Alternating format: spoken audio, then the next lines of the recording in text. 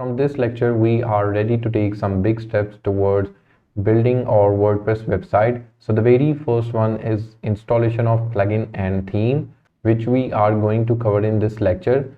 So let's start with the installation of theme. For that, we will go to the appearance and then themes. Right now, the default WordPress theme is 2022. If we visit our website, we can see the black and white layout. As we know that theme is something responsible for the design, look and feel of our website. So obviously if we use any other theme, it will change the design, look and feel of our website. So let's check this practically.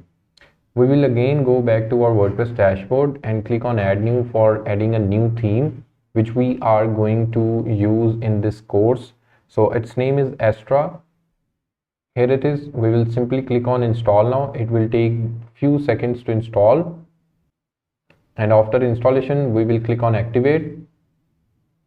So now as we can see, the Astra theme is activated, and due to the activation of Astra theme, 2022 theme is now deactivated.